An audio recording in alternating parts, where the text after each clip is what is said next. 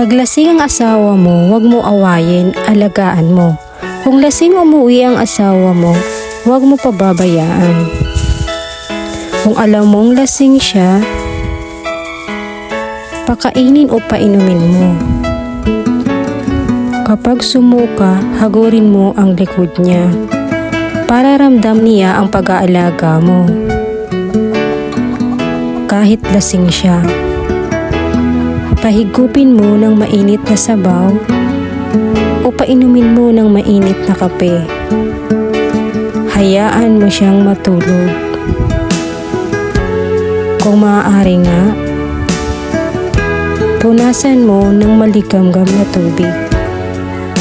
Lagyan ng polvo at bihisan para komportable siya.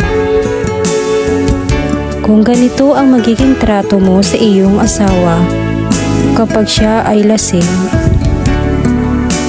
mahihiya na siyang magpakalasing. Hindi lang yan, mas lalo kanyang mamahalin.